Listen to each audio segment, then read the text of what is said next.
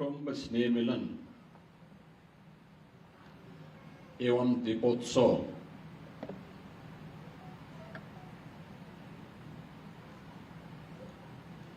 राष्ट्रीय स्वयंसेवक संघ विचार परिवार के सभी स्वयंसेवकों की आज के इस कार्यक्रम में अध्यक्षता कर रहे राष्ट्रीय स्वयंसेवक संघ के माननीय प्रांत संचालक डॉक्टर महेंद्र अग्रवाल जी,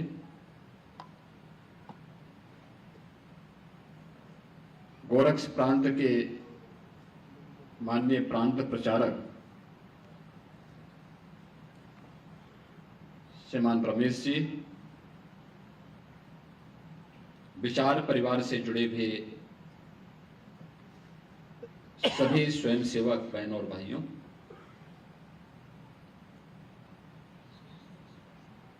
मैं सबसे पहले दीपावली के पावन पर्व पर राष्ट्रीय स्वयंसेवक संघ गोरक्ष प्रांत के द्वारा कुटुंब स्नेह मिलन कार्यक्रम की संकल्पना के लिए हृदय से अभिनंदन करता हूं। आप सभी स्वयंसेवकों को दीपोत्सव और दीपावली के इस कार्यक्रम की और पर्व की भी हृदय से शुभकामनाएं भी देता हूं।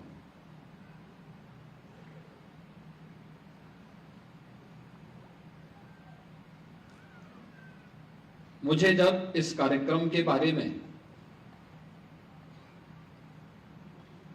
इस प्रांत के माननीय प्रांत प्रचारक जी का फोन आया था, आज से लगभग 15 दिन पहले,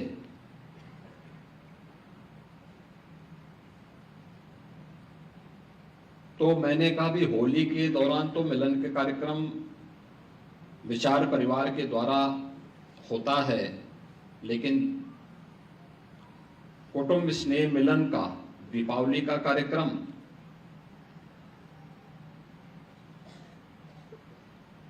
उन्होंने कहा हाँ, हम लोग प्रारंभ करना चाहते हैं।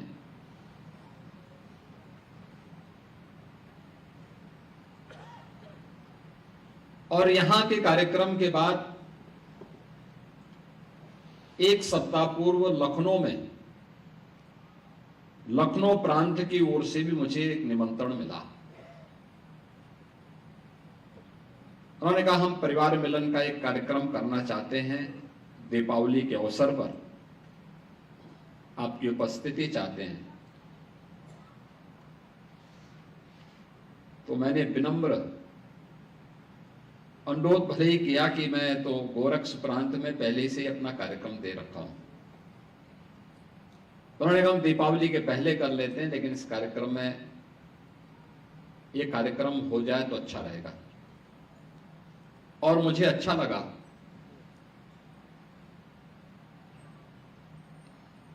कि हमारे ऋषि मुनियों ने, हमारे पूर्वजों ने पर्व और त्योहारों की जो परंपरा है वह सामूहिकता के साथ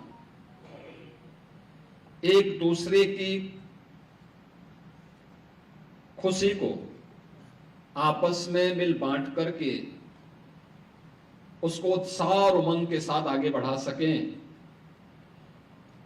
इसीलिए पर्व और त्योहार हमारे यहां आनंददायक बनते हैं, उत्साहपूर्ण बनते हैं। हर महीने कुछ न कुछ पर्व और त्योहार हमारे पड़ते हैं और अलग अलग स्थानों पर उनको आयोजित करने की परंपराएं भी अलग अलग हैं। लेकिन आपको एक बात पर बहुत आनंद की अनुभूति होती होगी, इसके पीछे ये केवल उत्साह और उमंग का नहीं, पौराणिक और ऐतिहासिक किसी महत्वपूर्ण घटना का तथ्य उसके गर्भ में छुपा हुआ है।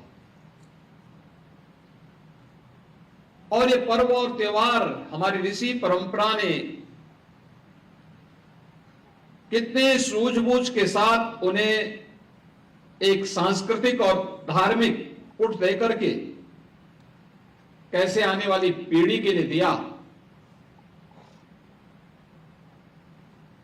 कि हम उन आयोजनों के साथ स्वतःस्फूर्त भाव के साथ, वह किसी भी जाति का हो, किसी भी संप्रदाय का हो, किसी भी आय वर्ग का हो, गांव का हो या शहर का हो, वह स्वतःस्फूर्त भाव के साथ उन आयोजनों के साथ जुड़ता है। इसमें सरकार के कहीं सहयोग की आवश्यकता नहीं पड़ती। यानी यह स्वतःस्फूर्त भाव सनातन धर्म से जुड़े हुए इन पर्व और त्योहारों में हम सबको देखने को मिलती थी। लेकिन जो अभाव हमको देखने को मिलता था वह था कि हम पर्व और त्योहार को आपसी सद्भाव के साथ तो आयोजित करते हैं, लेकिन आपस में मिल करके सामूहिक रूप से एक आयोजन का हिस्सा बन सकें, ये बहुत कम देखने को मिलता था। और जो मैंने पहले भी बताया था, मैं लखनऊ में भी था, मैंने इस बारे में कहा कि मैं जब मुख्यमंत्री बना था तो एक व्यवस्था थी वहां पे कि मुख्यमंत्री आवास पे भी और राजभवन में भी ईद मिलन के कार्यक्रम जरूर होते थे। होली मिलन या दीपावली मिलन का कोई आयोजन नहीं होता था। कोई भी उस कार्यक्रम और कोई भी इस प्रकार के आयोजन नहीं हो पाते थे।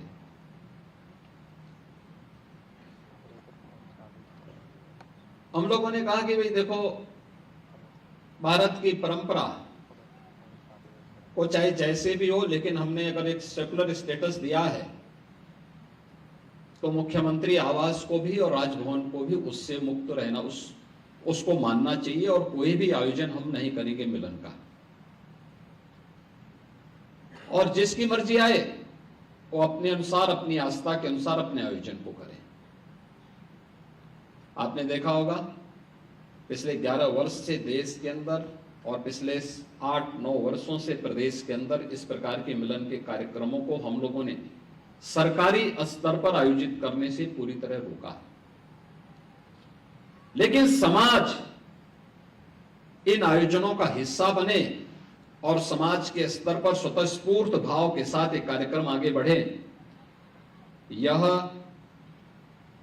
होली मिलन के कार्यक्रमों के माध्यम से राष्ट्रीय स्वयंसेवक संघ ने दशकों पहले एक कार्यक्रम आयोजित किए थे। पूरा समाज जुड़ता है, गोरखपुर में लाल टिक्की में हो या फिर गोरखपुर में भगवान नरसिंह की शोभा यात्रा का कार्यक्रम हो, हजारों हजार की संख्या में न केवल स्वयंसेवक बल्कि आम जनमानस भी उन आयोजनों का हिस्सा बनता है, और ये हमारी सामूहिक एकता का आधार भी बनता है। पर्व और त्योहारों के पीछे का भाव भी यही है। और यह दीपावली जैसे अवसर पर, और वह भी राष्ट्रीय स्वयंसेवक संघ के शताब्दी वर्ष के उपलक्ष्य में, अगर हम इस प्रकार के कुटुंब स्नेह मिलन के कार्यक्रम के साथ जुड़ते हैं तो यह अद्भुत है, अभिनंदनीय है। और मैं इस प्रांत के माननीय प्रांत प्रचारक जी का और उनकी इस पूरी टीम का, जो इस पूरी संकल्पना के साथ जुड़े और जिन्होंने मिलन के इस कार्यक्रम को, कुटुंब स्नेह मिलन के इन कार्यक्रमों को मूर्त रूप देकर के इसे आज एक साथ 28 विचार परिवार से जुड़े हुए सभी स्वयंसेवक परिवारों को एक मंच दिया है, अत्यंत अभिनंदनीय है। और मैं इस अवसर पर आप सभी का हृदय से अभिनंदन करता हूं। दीपावली कि 5 दिवसीय आयोजन की आप सभी को अपनी शुभकामनाएं भी देता हूं। यह आयोजन राष्ट्रीय स्वयंसेवक संघ की शताब्दी वर्ष के 100 वर्षों के इस कार्यक्रम का हिस्सा तो है। याद रखना, 100 वर्ष की एक यात्रा है और निसंदेह यह भारत का सौभाग्य है कि भारत के पास राष्ट्रीय स्वयंसेवक संघ जैसा एक बिना किसी सरकार के सहयोग से संचालित होने वाला, स्वयंसेवकों के सहयोग से संचालित होने वाला एक स्वयंसेवी संगठन है। दुनिया के अंदर बहुत देश हैं, लगभग 200 देश हैं, समृद्धि भी उनके पास है, लेकिन उनके पास कोई ऐसा संगठन नहीं है, कोई ऐसी संस्था नहीं है जिसकी केवल एक ही ध्येय निष्ठा हो, और वह है राष्ट्र प्रथम। एक ही भाव है, अपने राष्ट्र के प्रति समर्पण का भाव। और विगत 100 वर्षों से जिस शानदार यात्रा को राष्ट्रीय स्वयंसेवक संघ के नेतृत्व में भारत ने देखा है, भारत ने उसको जिया है, और भारत के लोग आज उसमें उसके अनुशासन से उसकी पहचान को देख रहे हैं। शताब्दी वर्ष के अवसर पर गणवेशधारी स्वयंसेवकों के द्वारा जब हर स्तर पर निकाली गई पथ संचलन के कार्यक्रम थे, हजारों हजार स्वयंसेवक उस पथ संचलन के कार्यक्रम में रहे, लेकिन कहीं कोई अनुशासनहीनता नहीं थी, कहीं कोई अव्यवस्था नहीं थी, कहीं कोई अराजकता नहीं थी। अगर प्रशासन ने कहा कि नहीं, यहां पे नहीं जाना है, उन्होंने अपना कार्यक्रम स्थगित कर दिया। अगर प्रशासन ने कहा कि आप इस रूट से जाएं तो आपके लिए अच्छा होगा, समाज स्वागत करना चाहता है, या समाज ने कहा कि आपका ये रूट हो, हम आपका स्वागत करना चाहते हैं, उन्होंने स्वतःस्फूर्त भाव के साथ समाज के साथ अपने को तारतम्य स्थापित करके उस कार्यक्रम के साथ जुड़े। परिणाम क्या है? समाज इस अनुशासन को देख करके कौतूहल और आश्चर्य की निगाहों से देख रहा है। ये कौतूहल और आश्चर्य की निगाहों से इसलिए मैं कह रहा हूं क्योंकि राष्ट्रीय स्वयंसेवक संघ के खिलाफ विगत 100 वर्षों में षड्यंत्र भी कम नहीं हुए हैं। हर स्तर पर दुष्प्रचार हुए हैं। आज जब राष्ट्रीय स्वयंसेवक संघ के बारे में दुनिया देखती है, समझती है, तो उन्हें आश्चर्य होता है, क्या यह संभव है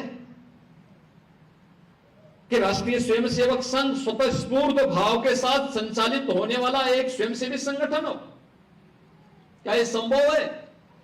लेकिन हां, भारत के अंदर संभव है। भारत ने वह करके दिखाया है, और आज कोटि कोटि स्वयंसेवक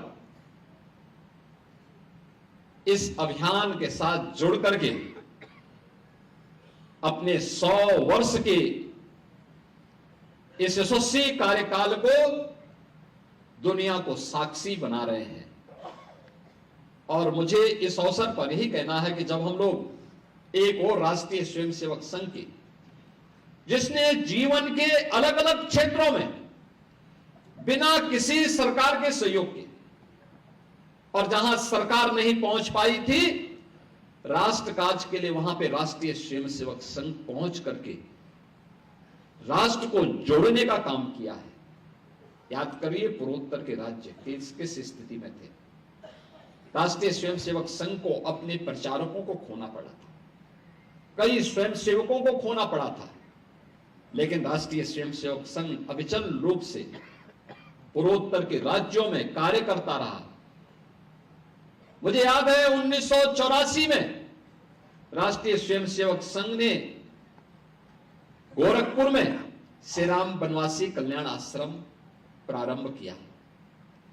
लोग सोचते नहीं थे क्यों प्रारंभ किया गया, कहां से बच्चे आते थे? नागालैंड से, मिजोरम से, मेघालय से, अरुणाचल प्रदेश से,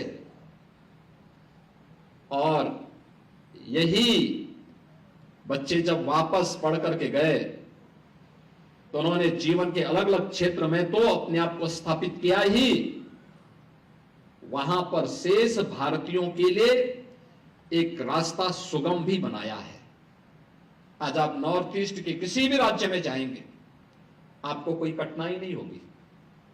और पूर्वोत्तर के राज्यों में अगर आप जाएंगे तो ज्यादातर में तो भारतीय जनता पार्टी और भारतीय जनता पार्टी के सहयोगी दल ही सत्ता में।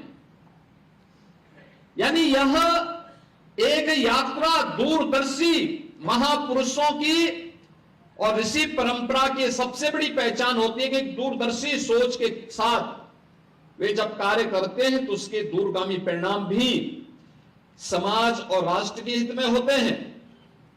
देश के अंदर नक्सली क्षेत्रों में, वनवासी क्षेत्रों में किसी भी सरकार से बेहतरीन कार्य राष्ट्रीय स्वयंसेवक संघ ने अपने दम पर, अपने बल पर, अपने स्वयंसेवकों के समर्पण से संपन्न किया है। शिक्षा के क्षेत्र में हजारों संस्थाओं ने न केवल आधुनिक शिक्षा के बल्कि संस्कार के केंद्र बनकर के भारत और भारतीयता के बारे में, भारत के सनातन मूल्यों और आदर्शों के बारे में, भारत की वर्तमान पीढ़ी को आगे बढ़ाने का कार्य राष्ट्रीय स्वयंसेवक संघ के सानिध्य में संचालित सरस्वती शिशु मंदिर और विद्या भारती शिक्षण संस्थान के माध्यम से पूरे देश के अंदर हम देख सकते हैं। भारतीय मजदूर संघ के क्षेत्र में, भारतीय मजदूर संघ श्रमिकों के क्षेत्र में कैसे कार्य कर रहा है। नहीं, कारखाना बंद ना हो, लेकिन श्रमिक का हित भी हमें ध्यान में रख करके कार्य करना होगा। यानी दोनों के हितों को जोड़ दिया, परिणाम उद्योग भी चल रहे हैं और श्रमिकों का हित संवर्धन भी हो रहा है। यानी जीवन के प्रत्येक क्षेत्र में और राजनीति के क्षेत्र में भी राष्ट्रीय स्वयंसेवक संघ का एक स्वयंसेवक भारत के प्रधानमंत्री के रूप में, देश के यशस्वी प्रधानमंत्री के रूप में भारत को नेतृत्व दे, यह भी पूरी दुनिया देख रही है। और उनके बिना रुके, बिना डिगे, बिना झुके भारत को दुनिया की सबसे बड़ी ताकत के रूप में स्थापित करने की राष्ट्र प्रथम भाव के साथ कार्य करने का जो जज्बा है, आज पूरी दुनिया उसे आत्मसात करती हुई दिखाई दे रही है। यानी कोई भी ऐसा क्षेत्र नहीं है जिसमें राष्ट्रीय स्वयंसेवक संघ ने पिछले 100 वर्ष की अपनी इस यात्रा के दौरान समाज के विभिन्न तबके को नेतृत्व प्रदान करने से लेकर के उन्हें साथ में ले चलने की सामर्थ्य का लोहा न मनाया हो। हर एक क्षेत्र में यह हमें देखने को मिला है। और इसी यशस्वी संगठन के 100 वर्ष के इस कालखंड के दौरान हम लोगों ने असंभव को संभव होते हुए भी देखा है। 500 वर्षों की यात्रा। मैं कल अयोध्या धाम में था और अयोध्या, ये दीपावली का अवसर, यह आयोजन त्रेता युग से अयोध्या ने हमें प्रदान किया।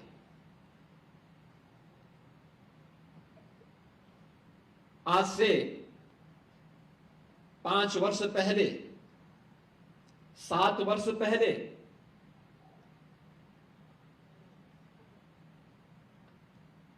कांग्रेस के लोग, समाजवादी पार्टी के लोग और इंडी गठबंधन से जुड़े हुए लोग एक बात की घोषणा करते थे और हमेशा प्रश्न पूछते थे, क्या अयोध्या में राम मंदिर बना पाओगे? हम लोग कहते थे जरूर बनेगा। संघ का स्वयंसेवक कहता था जरूर बनेगा। उनमें बंदिशें लगती थी, लाठी और गोली उन पर चलाई जाती थी, लेकिन उसके मुंह से एक ही शब्द निकलता था और एक ही नारा निकलता था कि रामलला हम आएंगे, मंदिर वहीं बनाएंगे। ये जो भाव था, एक स्वर में जब लाखों लाख स्वयंसेवक एक साथ बोला, परिणाम भी हमारे सामने आया है। परिणाम भी हमारे सामने है। अयोध्या में श्री राम जन्मभूमि में भगवान राम लला का भव्य मंदिर का निर्माण, ये भारत का भव्य मंदिर के निर्माण का श्री गणेश है। भारत को, विकसित भारत की संकल्पना को साकार करने का शुभारंभ है। और कौन ऐसा भारतीय होगा, कौन ऐसा सनातन धर्मावलंबी होगा जिसके मन में इच्छा न रही हो और आज भी न हो कि एक बार अयोध्या में श्री राम जन्मभूमि का दर्शन करो। कभी शासन की प्रताड़ना से उफ तक नहीं किया किसी स्वयंसेवक ने। वो अपमानित होते रहे, प्रताड़ित होते रहे, लाठी और गोली खाते रहे, लेकिन अपने दृढ़ प्रतिज्ञ भाव से कभी विचलित नहीं होना है, लगातार कार्य करना है। परिणाम आज अयोध्या में भव्य राम मंदिर का निर्माण हम सबके सामने है। अयोध्या में भगवान राम के इस भव्य मंदिर का निर्माण केवल एक मंदिर नहीं, दुनिया की उन दबी कुचली जातियों के लिए भी एक संदेश है कि आर्निस अपने प्रयास को जारी रखे, अवश्य विजय श्री प्राप्त होगी, अवश्य विजय श्री प्राप्त होगी। 500 वर्षों में जो हमने विश्वास खो दिया था, लोगों ने विश्वास खो दिया था, पीढ़ियां लड़ती रही, लेकिन सफलता दूर दूर तक नहीं दिखाई देती थी। उस दीपावली के आयोजन के साथ अयोध्या का नाम जुड़े। आज से 8.5 वर्ष पहले मेरे मन में भाव आया था, जब मैं उत्तर प्रदेश का मुख्यमंत्री का दायित्व मुझे सौंपा गया। दीपावली का अवसर था। उस समय प्रशासनिक अधिकारी आए मेरे सामने, उन्होंने कहा कि साहब दीपावली के अवसर पर हम आपके प्रशासन की तरफ से सभी सीनियर अधिकारी दीपावली की शुभकामना देने के लिए आना चाहते हैं, किस दिन और किस समय हम लोग आ जाएं। मैंने कहा दीपावली के अवसर पर तो मैं गोरखपुर में रहूंगा और गोरखपुर में भी मेरा बनटांगिया गांव में कार्यक्रम रहता है। तो उन्होंने कहा साहब फिर प्रशासन के अधिकारी, मैंने कहा प्रशासन के अधिकारी अपना वो देखें, अपना कार्य करें और मेरी चिंता मत करिए। फिर मेरे मन में आया कि पहली दीपावली है और पहली दीपावली बनटांगिया में तो हम आयोजित करेंगे ही, लेकिन बनटांगिया के साथ साथ हमें इस पूरे अयोध्या धाम से इस आयोजन को आगे बढ़ाना चाहिए। तो मैं अपने कुछ अधिकारियों को अयोध्या भेजा। मैंने कहा मालूम करो, देखो क्या स्थिति है अयोध्या में, दीपावली में कैसा आयोजन होता है। तो मैं देख करके भौचक था, दिया तले अंधेरा। पूरे देश के अंदर दीपावली का उत्सव होता है, लेकिन अयोध्या में अंधकार रहता था, क्योंकि सरकारें तो उपेक्षित कर ही रखी थी। बिजली भी बामुश्किल 2 घंटे 3 घंटे वहां आ जाती थी, जैसे गोरखपुर में होता था 17 के पहले। गंदगी का अंबार रहता था। राम जी की पेड़ी में जल सरयू जी से उड़ेला तो जाता था, लेकिन वहीं सड़ता था, बाहर निकलने का रास्ता नहीं था। घाट टूटे हुए थे, गंदगी का अंबार था। पूरी अयोध्या के अंदर वीरानी जैसी स्थिति थी।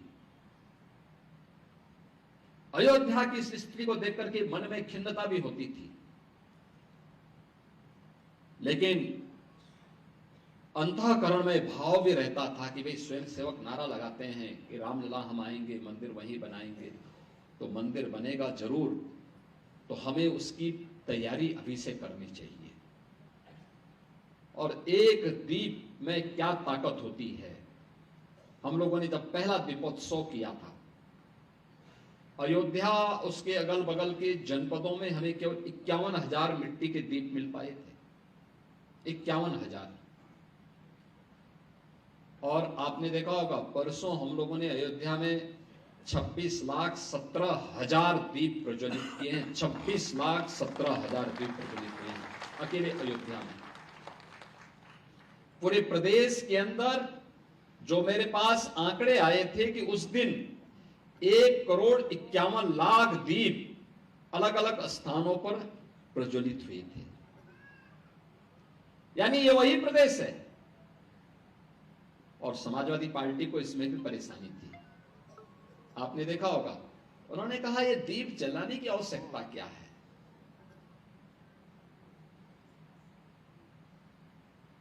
प्रश्न देखिए आप, उन्होंने कहा इससे अच्छा मोमबत्ती जला लेते, इसकी आवश्यकता क्या है। यानी वो अन्नदाता किसान का अपमान कर रहे हैं, क्योंकि जो तेल आएगा वो किसान के पास से तो आएगा। मिट्टी का बर्तन जो बना रहा है हमारा कुमार और प्रजापति समुदाय का व्यक्ति बना रहा है। हमने उस प्रजापति समुदाय के बंधु के लिए भी व्यवस्था की है कि अप्रैल से जून तक हर तालाब की मिट्टी को निकाल करके लेके जाए, फ्री में मिट्टी के बर्तन बनाए। सोलर चाक या फिर इलेक्ट्रिक चाक उन्हें प्रदान किया गया, ट्रेनिंग दी गई। आज जब मैं कुमार और प्रजापति समुदाय के बंधुओं से मिलता हूं, मैं उनसे पूछता हूं कि पहले जब मैनुअल चाक से बनाते थे कितने बर्तन बनाते थे, तो ये कहते हैं कि पहले 50-60 बर्तन बामुश्किल बन पाते थे एक दिन में, और अब इलेक्ट्रिक और सोलर चाक से तो कहते हैं 400 से 500, 400 से 500 उतना ही समय में। और यही नहीं, उसी समय मैं कहता हूं मैं सोलर और इलेक्ट्रिक चाक भी है तो 400-500 ये बन गया, और मिट्टी फ्री, तो बर्तन के दाम भी तो कुछ कम होंगे। वो कहते हैं हाँ, प्लास्टिक फ्री अभियान के साथ हम जुड़ करके सरकार के इस मिशन को आगे बढ़ाएंगे और पर्यावरण का संरक्षण करने में योगदान देंगे। देखिए कितना बड़ा कार्य कर रहे हो, एक आर्थिक स्वावलंबन के पथ पर अग्रसर हो रहे हैं, पर्यावरण बचाने में अपना योगदान दे रहे हैं। सिंगल यूज प्लास्टिक का उपयोग हम न करें, बल्कि उसी रेट पर उसके समकक्ष हम मिट्टी के बर्तन बना करके देंगे, दिया बना करके देंगे, या चीन से बने हुए दिया नहीं उपयोग करने देंगे, बल्कि यहीं पर बने हुए दीप और यहीं पर बनी हुई लक्ष्मी और गणेश जी की प्रतिमा दीपावली के अवसर पर हमारे घरों में पूजन हो। यह तब संभव हो पाया है जब हमारे कुम्हार और प्रजापति समुदाय के व्यक्ति को फ्री में मिट्टी मिलना प्रारंभ हुआ, जब उसको सोलर इलेक्ट्रिक चाक प्राप्त हुआ। हमारा अन्नदाता किसान तिलहन उत्पादन में इसलिए आगे बढ़ा है क्योंकि उसके तेल की खपत अब इन दियों में भी हो गई है और घर घर में हो रही है, उसकी भी आमदनी बढ़ी है। आप मार्केट के बारे में मालूम करिए, मार्केट में क्या उछाल था। यह उछाल इसलिए क्योंकि अंतिम पायदान पर बैठे हुए व्यक्ति के जेब में भी पैसा था। जब पैसा था तो वह खरीदारी करने के लिए मार्केट में गया। ये चेन जब बनती है, साइकिल जब बनती है, तब समाज भी समृद्ध होता है और राष्ट्र भी समृद्धि के नए नए प्रतिमान स्थापित करता है। आज भारत की जो प्रगति है, आज भारत दुनिया की अगर चौथी अर्थव्यवस्था बना है और इस वित्तीय वर्ष में तीसरी अर्थव्यवस्था के रूप में दुनिया के अंदर स्थापित होने वाला है, उसके पीछे इस सोच को भी उसके साथ जोड़ा गया है। यह सोच भी उसके पीछे है जिसमें समाज के प्रत्येक तबके के लिए कुछ ना कुछ कार्य और पर्व और त्योहार उसके जीवन में भी हो। मुझे याद है आज से 17-18 वर्ष पहले गोरखपुर के गुलरिया के पास के औरंगाबाद गांव की ओर से मैं जा रहा था। मैं सांसद था यहाँ का। उधर से मैं जब गुजर रहा था तो मुझे एक ढेर में धुआं निकलते हुए दिखाई दिया, तो मैंने समझा कि ये कोई ज्वालामुखी तो नहीं है। तो मैंने गाड़ी रोकी तो मैंने वहां पे कुछ लोग थे, मैंने कहा ये धुआं कैसे उड़ रहा है भाई, कोई ज्वालामुखी तो नहीं फट गया क्या यहाँ? उन्होंने कहा ज्वालामुखी नहीं जी, हम मिट्टी के बर्तन पका रहे हैं। हमने कहा बहुत बड़ा ढेर है। कहाँ? हाँ। तो मैं उतरा, मैंने कहा कैसे बर्तन तुम पकाते हो बताओ चलो। वो ले गया मुझे अपने घर में, छोटा सा घर था, ले गया दिखाने के लिए, कहा देखे ऐसे हम बर्तन बनाते हैं, ऐसे बनाते हैं। और मैंने कहा इसमें जो एक कलर आता है, ये रंग, उन्होंने कहा ये मिट्टी हम ऐसे इस आंच में पकाते हैं, आंच के अनुसार उसमें अपने आप ही कलर भी चढ़ता है। तो आई गई बात, एक दो बार वो मेरे पास आए थे, साहब मिट्टी नहीं मिल रही है, आप थोड़ा फोन कर देते। तो मैंने उस समय एसडीएम आदि को फोन किया था, डीएम को फोन किया था कि भाई मिट्टी मिल जाए इन लोगों को। और जब मैं मुख्यमंत्री बना तो मैंने सबसे पहले कहा, मैंने कहा देखो गोरखपुर में, औरंगाबाद के हमारे प्रजापति समुदाय के लोग परेशान है तो पूरे प्रदेश में परेशान होंगे। तो मैंने कहा भाई इनको मिट्टी फ्री में मिल जाए, और उसके पीछे हमारा स्वार्थ भी था। मिट्टी फ्री मिलेगी तो वे सस्ते में बर्तन बनाएंगे, और दूसरा तालाब हमारा खाली करेंगे तो उसमें जल संरक्षण होगा, तो वाटर लेवल भी प्रदेश का मेंटेन होगा। यानी आम के आम और गुठली के दाम, फ्री भी उनको मिल जाएगी, हमारा तालाब जल संरक्षण के लिए तैयार हो जाएगा, और वाटर लेवल भी प्रदेश का बेहतर रहेगा। और जब वन डिस्ट्रिक्ट वन प्रोडक्ट की योजना हमने लागू की तो मैंने कहा कि गोरखपुर में औरंगाबाद का टेराकोटा को जोड़ लो, थोड़ा प्रजापति समुदाय के लोगों को इसी बहाने सम्मान मिल जाए। अखिलेश यादव ने कभी इनकी पीड़ा को समझा होता ना तो इतना बचकाना बयान नहीं देते। और इसीलिए कहते हैं, इसी के लिए कहा गया है ना कि गद्दी विरासत में मिलती है, बुद्धि नहीं मिलती है, बुद्धि नहीं मिलती है, उसके लिए प्रयास करना होता है। और कुछ लोगों की आदत होती है, उनके जीवन भर उनका बचपना नहीं जाता है, उस प्रकार की हरकतें वे कर ही देंगे, और यही हरकत वे आज भी कर रहे हैं। उन्होंने कहा दीप जलाने की आवश्यकता क्या है, यानी उनको दीपावली से नफरत है। यानी अब तक तो हम सोचते थे कि अयोध्या में राम जन्मभूमि से और हिंदू तीर्थों से इनको नफरत होगी। आप याद करिए जब हमने ब्रज तीर्थ विकास परिषद का गठन किया था तो उन्होंने कहा था कि मैं सेफाई में दुर्योधन की मूर्ति लगाऊंगा। मैंने कहा कंस की भी लगा दीजिए। भाई हम तो भगवान कृष्ण की मथुरा को और वृंदावन को सजाएंगे, संवारेंगे, क्योंकि भाई हम लोगों के संस्कार है, ये हमारे संस्कार है। ये आपको कंस और दुर्योधन प्यारे हैं, आप उनकी लगाइए, ठीक बात है। और यही बात उन्होंने इस बार यहां पर भी कही है दीपावली के अवसर पर। यानी वे रामद्रोही ही नहीं हैं, कृष्ण द्रोही भी हैं, और सनातन पर्व और त्योहारों के द्रोही भी हैं। किस प्रकार का दोहरा चरित्र लेकर के लोग कार्य करते हैं, यही परिवर्तन है। कांग्रेस श्री राम को नकारती थी, श्री कृष्ण को नकारती थी, आज दुनिया अयोध्या में आकर के श्री राम जन्मभूमि में रामलला का दर्शन कर रही है और अभिभूत होती है। मैंने वह दृश्य देखा है जब अयोध्या धाम में 22 जनवरी 2024 को प्रधानमंत्री मोदी जी के कर कमलों से रामलला विराजमान होने के उपरांत उस दिन समाज के अलग अलग नेतृत्व वर्ग ने अयोध्या धाम में दर्शन किया था, रामलला का दर्शन किया था। लेकिन मुझे इस बात की जानकारी थी कि 5 लाख लोग अयोध्या धाम में पहले से ही रुके हुए हैं, अलग अलग आश्रमों में, अलग अलग स्थानों पर, और ये लोग अचानक दर्शन करने के लिए निकलेंगे। हम लोग प्रातः काल ही अयोध्या धाम पहुंच गए थे व्यवस्था देखने के लिए, क्योंकि श्री राम मंदिर पहले पहले बना था, अन्य कार्य भी चल रहे थे, अचानक भीड़ होगी, कैसे सब संभाली जाएगी व्यवस्था। मैं बहुत चकता, व्यवस्था में लगे हुए स्वयंसेवक और पुलिस के कार्मिक तो उस अभियान के साथ समर्पण भाव के साथ जुटे थे। लेकिन जो सबसे बड़ी बात मुझे देखने को मिली थी, देश और दुनिया से आया हुआ व्यक्ति जो आता था, कोई जमीन को चूमता था, कोई पिलर को पकड़ता था, किसी की आंखों से आंसू आ रहे हैं। हम पूछते थे आंखों से आंसू क्यों?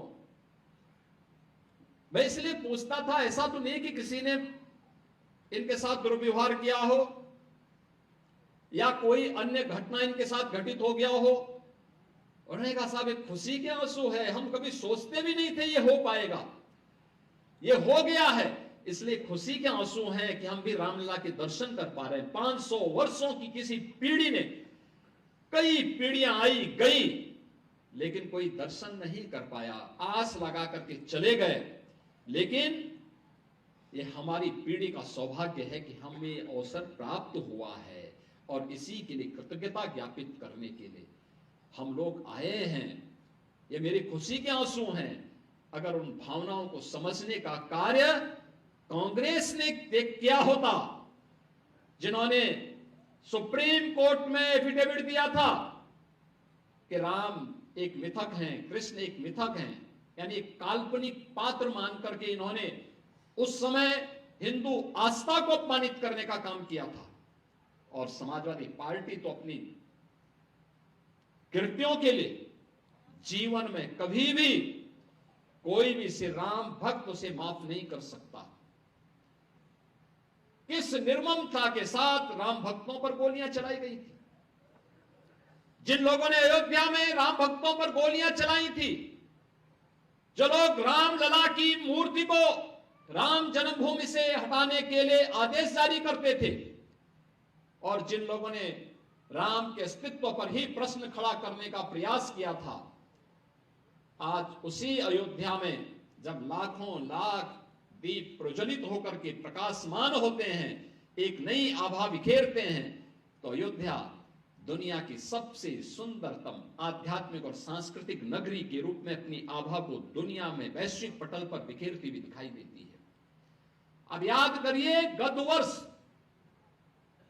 अकेले अयोध्या धाम में 6 करोड़ से अधिक श्रद्धालु आए थे दर्शन करने के लिए, श्री राम जन्मभूमि में दर्शन करने के लिए। यानी यह एक नई यात्रा है।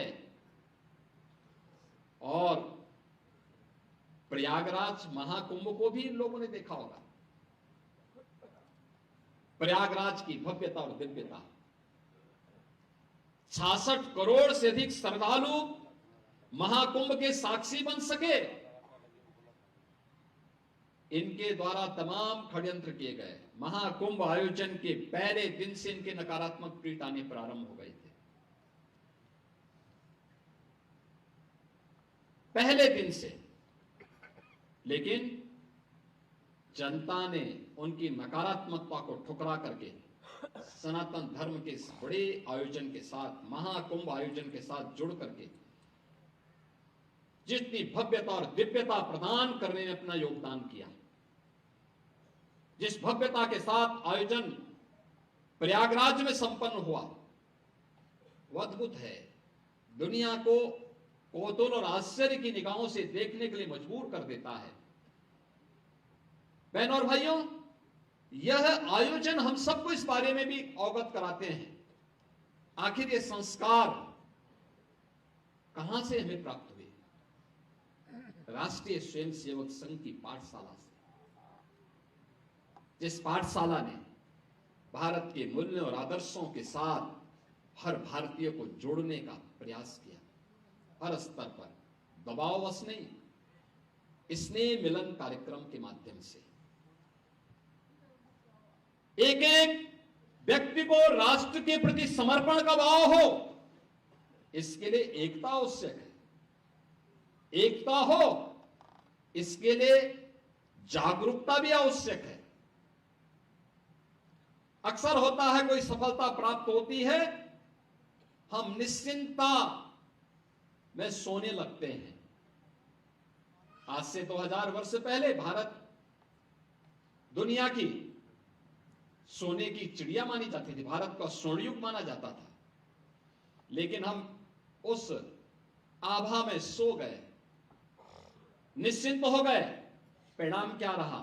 विदेशी हमले प्रारंभ होने शुरू हो गए, विदेशी हमले प्रारंभ होने शुरू हुए, और फिर धीरे धीरे करके समाज को तोड़ने की दुष्प्रवृत्ति जो खड़ी हुई वह आज भी समाप्त नहीं हुई है।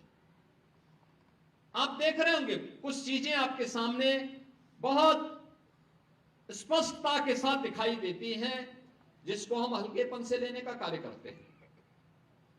बहुत हल्केपन से मैं देखता हूं कि उसको हम बहुत हल्की निगाहों से देखते हैं, और वह खासतौर पर उन चीजों के बारे में, एक तरफ हिंदू समाज को जाति के नाम पर, क्षेत्र और भाषा के आधार पर विभाजित करने की साजिश फिर से प्रारंभ हुई है, और बड़ी मजबूती के साथ सारे हथकंडे अपना करके इन चीजों के साथ जोड़ने का प्रयास हो रहा है। आप मुझे बताओ, कोई महापुरुष किसी जाति विशेष का होता है? उसका योगदान जाति विशेष के लिए होता है? महापुरुष तो महापुरुष है, पूरे समाज का है, पूरे राष्ट्र का है, वो राष्ट्र नायक है, राष्ट्र के आराध्य हैं। फिर उन्हें जातीय संकीर्णता के दायरे में बांध करके सामाजिक एकता को छिन्न भिन्न करने की कुत्सित चेष्टा क्यों? लेकिन ये हो रहा है। सोशल मीडिया प्लेटफॉर्म पर फेक अकाउंट बना करके जाति जाति के बीच में वैमनस्यता और विषवमन करने की एक नई दुष्प्रवृत्ति प्रारंभ हुई है। कौन इसके प्रति सतर्क करेगा? समाज को इसके प्रति कौन जागरूक करेगा? एक और सनातन धर्म से जुड़े हुए पर्व और त्योहारों के बारे में नकारात्मक टिप्पणियां, भारत के आराध्य देवों के प्रति अपमानजनक टिप्पणियां, भारत के महापुरुषों को जातीय आधार पर विभाजन की कुत्सित चेष्टा, और दूसरी ओर देश के अंदर लव जिहाद और धर्मांतरण जैसी कुत्सित समाज विरोधी और राष्ट्र विरोधी गतिविधियों को कैसे प्रश्रय दिया जा रहा है, हम आज भी उसको देखने और समझने में थोड़ा सा अभी भी कोताही बरत रहे हैं। याद रखना, कालनेमी, ताड़का और सुड़पंखा, ये तीन जो पात्र हैं रामायण कालखंड के, इनकी प्रासंगिकता समाज तोड़ने के बारे में वह हर युग में रही है, और वह हर युग में उस रूप में अपनी मौजूदगी से अपने षड्यंत्रों को अंजाम देने के लिए तैयार करते रहे। हमें आज भी उस दुष्प्रवृत्ति से अपने को सचेत रखना पड़ेगा, जो भोली भाली जनता को बहकाने का काम कर रहे हैं, जो आपके परिवारों के अंदर घुस करके हिंदू बेटियों के साथ छल कपट करके, प्रपंच करके, खिलवाड़ करके करने का कुत्सित कार्य कर रहे हैं। आपने अभी देखा होगा कैसे छद्म नाम पर ये लोग कार्य करते हैं। वह छद्म नाम आपने अभी विगत दिनों देखा होगा, बलरामपुर जिले में, उत्तर प्रदेश के बलरामपुर जिले में जलालुद्दीन उर्फ छांगुर के षड्यंत्रों को आपने देखा होगा। किस रूप में वह व्यक्ति कालनेमी बनकर के उस पूरे क्षेत्र में षड्यंत्रों को अंजाम दे रहा था। नाम उसका, जब कार्रवाई हो रही थी और हम लोगों ने लगभग 3 वर्षों से अपनी टीम को बिठाया हुआ था अलग अलग जगह की, भाई देखो इसकी गतिविधि को वॉच करना है, देखना है, और वक्त आने पर फिर जब पूरा मटेरियल इकट्ठा हो जाएगा तो हमारी प्रभावी कार्रवाई होगी। 3 वर्ष से हम लोग लगातार कर रहे थे, लगातार मैं हर महीने इसकी समीक्षा भी करता था, क्या प्रोग्रेस है, क्या प्रोग्रेस है, क्या प्रोग्रेस है। और प्रोग्रेस जब तक अंजाम तक पहुंचता, वो 6 महीने पहले वहां से भाग गया। मैं नाराज हुआ टीम पे कि भाई ये तो पूरा हमारा तो पूरा मिशन ही फेल हो रहा है। आप आश्चर्य करेंगे, मेरे अलावा मेरे साथ जो टीम के साथ लगी हुई टीम थी, उसके अलावा कोई भी अन्य वरिष्ठ अधिकारी या जनप्रतिनिधि ये नहीं मानता था कि इसका नाम जलालुद्दीन है, वो मानते थे छांगुर बाबा है। तो जब गिरफ्तारी भी हुई तो मीडिया में यह छांगुर बाबा धर्मांतरण करते हुए गिरफ्तार। हमने कहा भी छांगुर ने इस कालनेमी का वास्तविक नाम रखो, इसका नाम जलालुद्दीन है। ये धर्मांतरण करवाता था और राष्ट्र विरोधी गतिविधियों में लिप्त था, तमाम प्रकार की राजक गतिविधियों में लिप्त था। इसने रेट तय कर रखे थे कि अपर कास्ट की बालिका के लिए कितना पैसा देगा, पिछड़ी जाति की बालिका के लिए कितना देगा, अनुसूचित जाति की बालिका के लिए कितना पैसा देगा, और पैसा कहां से आ रहा है। पैसे का स्रोत आपको भी नहीं मालूम होगा, वो कोई दूसरे देश से नहीं आ रहा है, आप ही के पास से। आप जब कोई सामान खरीदते हैं तो सामान खरीदते समय एक चीज जरूर देखिए, क्या उसमें हलाल सर्टिफिकेशन तो नहीं लिखा हुआ है। यानी हर वस्तु में हलाल सर्टिफिकेशन। हमने यूपी में बैन किया है, मुझे लगता है कि आज यूपी के उत्तर प्रदेश के अंदर कोई उसको खरीदने का या कोई बेचने का दुस्साहस नहीं करेगा। लेकिन आप आश्चर्य करेंगे, साबुन का भी हलाल, कपड़े का भी हलाल, दिया सिलाई का भी हलाल। मैं भौचक था, एक अधिकारी बोला साहब इसमें, मैंने कहा भी देखो नहीं नहीं नहीं, एक षड्यंत्र है भाई। मैंने कहा माचिस तो झटका वाला है, आप एक झटके में लगाएंगे तो तभी आग जलेगा, आप हलाल करते रहेंगे तो कभी जलेगी नहीं वो माचिस। तो मैंने कहा इससे बड़ा झूठ क्या हो सकता है। आप सोचो, और हमने जब कार्रवाई प्रारंभ की, 25,000 करोड़ रुपए देश के अंदर हलाल सर्टिफिकेशन से होता है, और भारत सरकार की या राज्य सरकार की किसी भी एजेंसी ने उन्हें मान्यता नहीं दी है।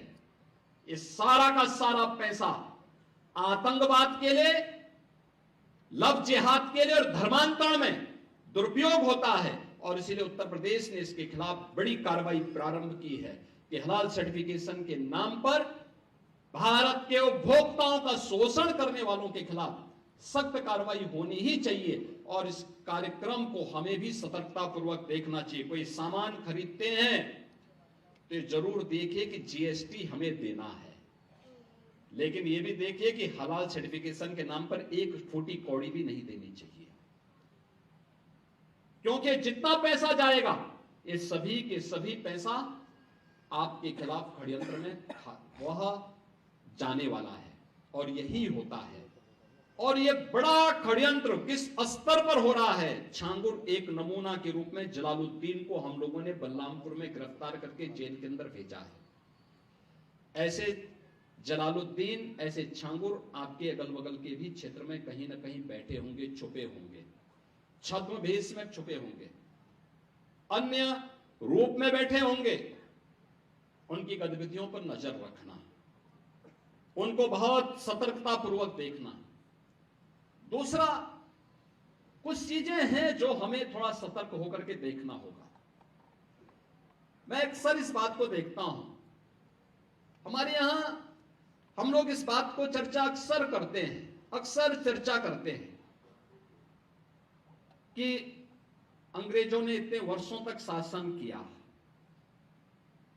ब्रिटिश उपनिवेश की चर्चा होती है, फ्रांस के उपनिवेश की चर्चा होती है, लेकिन राजनीतिक इस्लाम की कहीं चर्चा नहीं होती। जिसने आस्था पर कुठाराघात किया, यानी ब्रिटिश उपनिवेशवाद के खिलाफ हम लड़े थे, हमारे पूर्वज लड़े थे। फ्रांस के उपनिवेशवाद के खिलाफ हमारे पूर्वज लड़े थे, लेकिन राजनीतिक इस्लाम के खिलाफ भी हमारे पूर्वजों ने लड़ाई लड़ी थी। बड़ी बड़ी लड़ाइयां लड़ी थी। छत्रपति शिवाजी महाराज को, गुरु गोविंद सिंह जी महाराज को, महाराणा प्रताप को, महाराणा सांगा को हम इसी बात के लिए स्मरण करते हैं, इसी बात को लेकर के हम उनको राष्ट्र नायक के रूप में सम्मान देते हैं। लेकिन ये राजनीतिक इस्लाम वही है जो छांगुर के रूप में डेमोग्राफी को चेंज करके राष्ट्र माता के टुकड़े टुकड़े करने की मंशा के साथ कार्य कर रहा है। और उससे सतर्क रहने के लिए राष्ट्रीय स्वयंसेवक संघ आज समाज को जोड़ने के जिस बड़े अभियान को आगे बढ़ा रहा है, और वह अत्यंत अभिनंदनीय प्रयास है। जो महत्वपूर्ण दायित्व संघ ने पिछले 100 वर्षों के दौरान समाज जीवन के अलग अलग क्षेत्रों में उठाए और समाज को एकजुट करके एक नया परिवर्तन करके दिखाया है, शताब्दी वर्ष के अवसर पर भी संघ ने पंच परिवर्तन के नए संकल्प के साथ हमें आगे बढ़ने के लिए एक नई प्रेरणा प्रदान की है, और वह है सामाजिक समरसता का दीप। यानी समाज के हर तबके को, और कब नहीं समाज को हमारी परंपरा ने जोड़ा है। जाति पाति पूछे नहीं कोई, हरि को भजे सो हरि का होई। चातुर्वर्ण्यम मया सृष्टम गुण कर्म विभाग स। गीता ये कहती है, संत रामानंद जी कहते हैं। यानी समाज को जोड़ने की एक व्यवस्था। हम आपस में कोई भेदभाव नहीं, कोई छुआछूत नहीं, कोई स्पृश्यता नहीं, पूरा समाज एक है। हिंदवा सौदरा सर्वे न हिंदू पतितो भवेत्। एक संकल्प हम सबका होना चाहिए, और संकल्प समाज को जोड़ने का संकल्प। कुटुंब प्रबोधन का दीप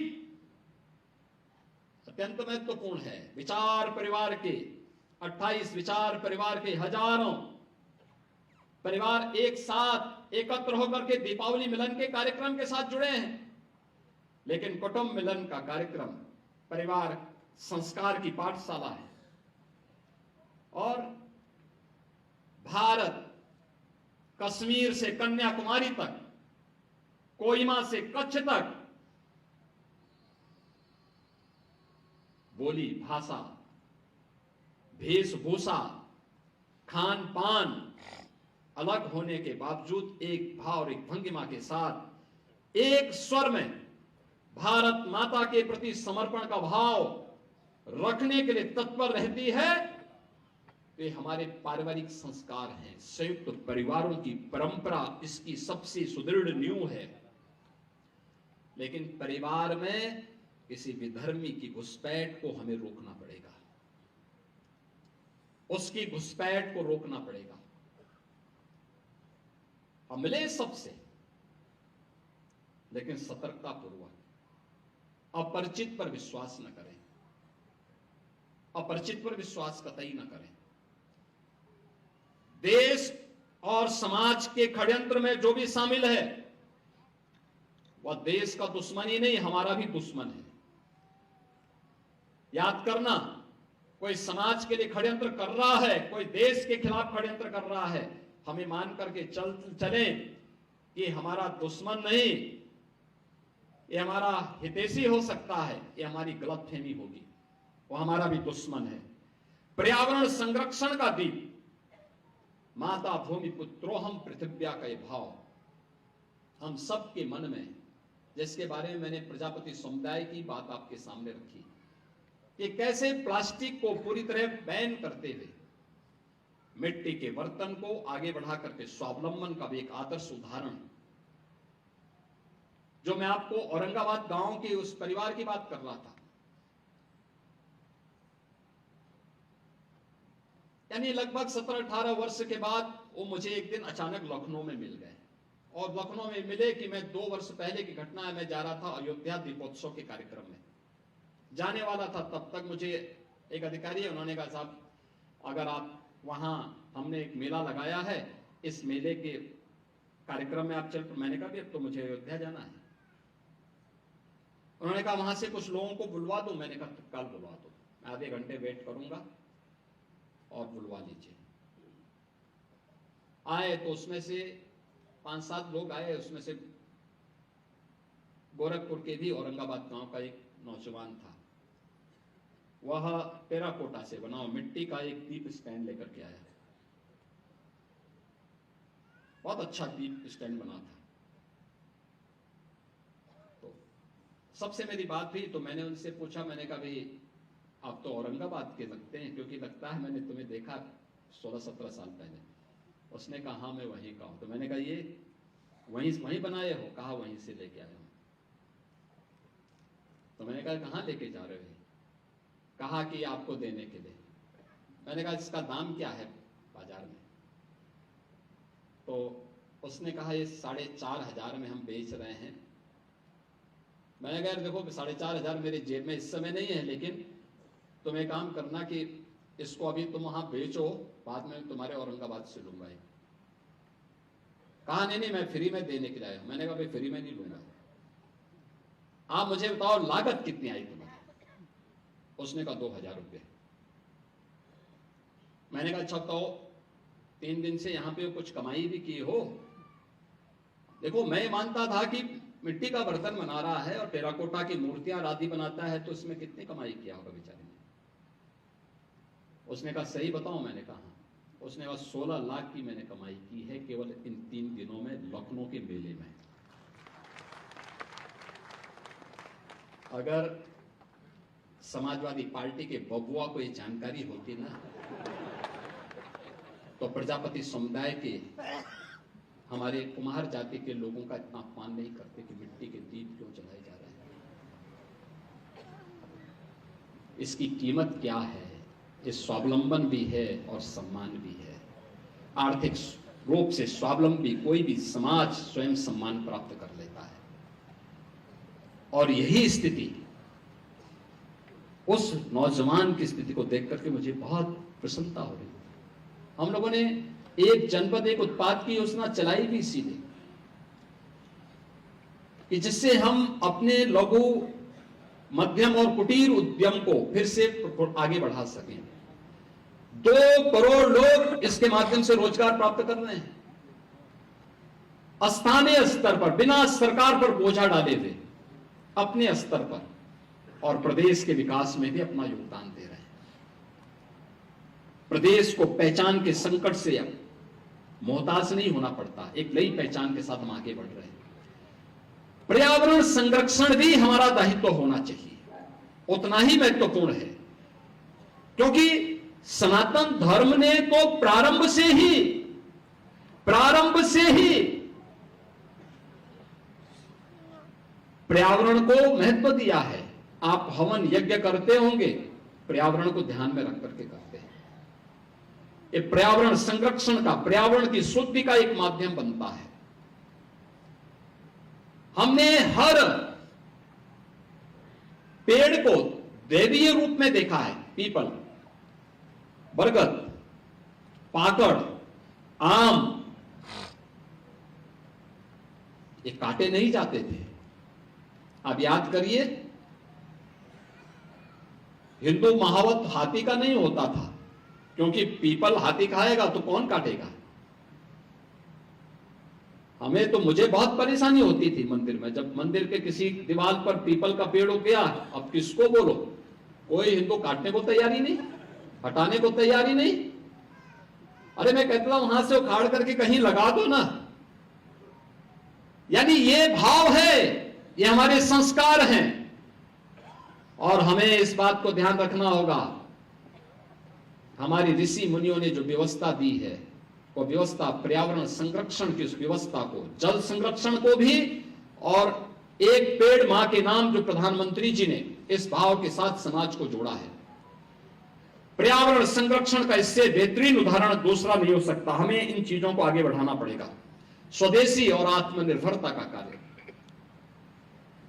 आपने देखा होगा मार्केट में क्यों मजबूती थी, इतना उछाल क्यों था, क्योंकि स्वदेशी वस्तु मार्केट में थी और हर परिवार ने कम से कम एक एक स्वदेशी वस्तु तो अपने घर के लिए खरीदी ही खरीदी।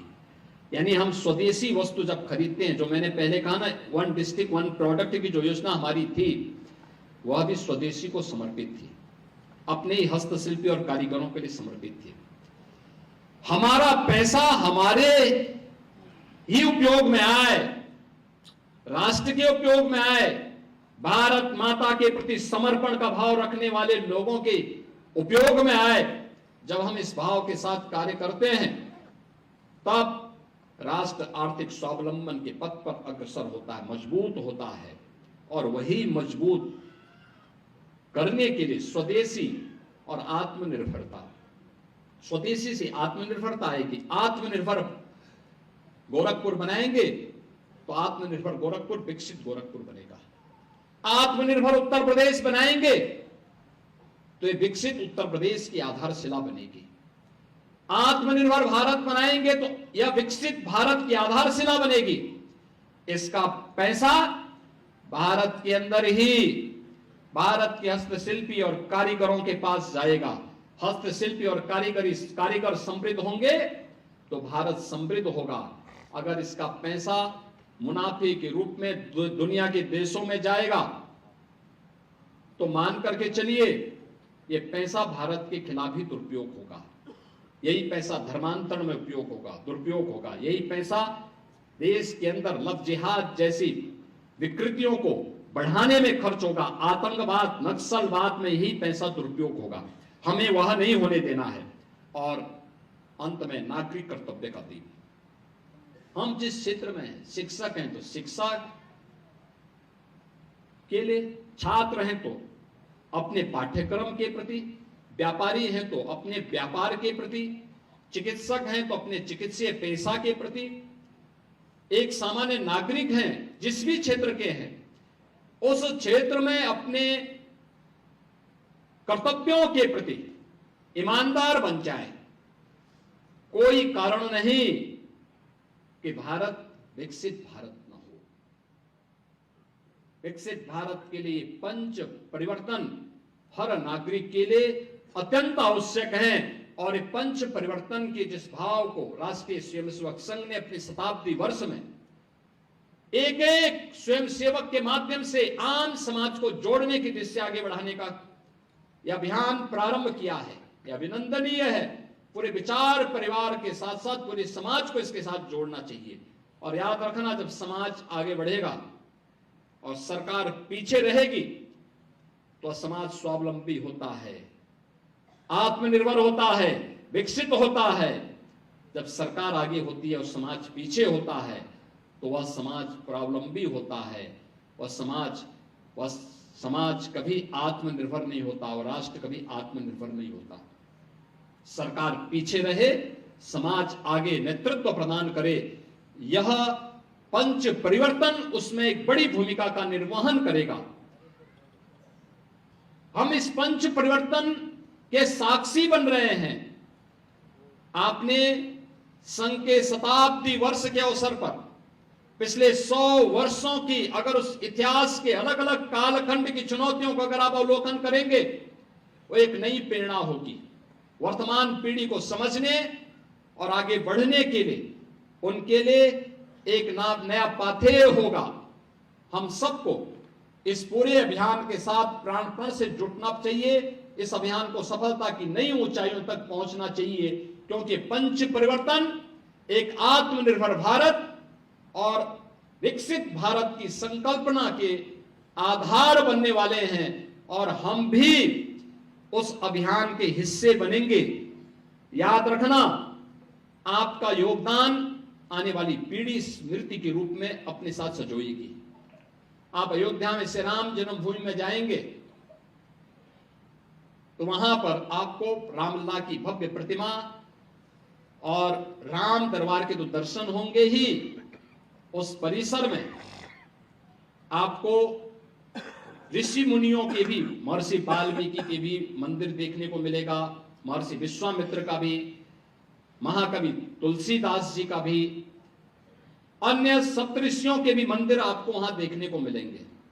लेकिन वहां पे आपको कुछ चीजें और भी देखने को मिलेंगी। एक रामायण काल का पहला बलिदानी गिद्धराज जटायु की एक भारी प्रतिमा आपको वहां देखने को मिलेगी। एक टीले पर से राम जन्मभूमि की तरफ दृष्टि लगाए हुए, याद करिए रामायण काल त्रेता युग में लेके जा रहा है। आपको वहां गिलहरी की भी प्रतिमा देखने को मिलेगी। राम सेतु के निर्माण में गिलहरी का भी योगदान था, यह भी आपको देखने को मिलेगा। याद रखना,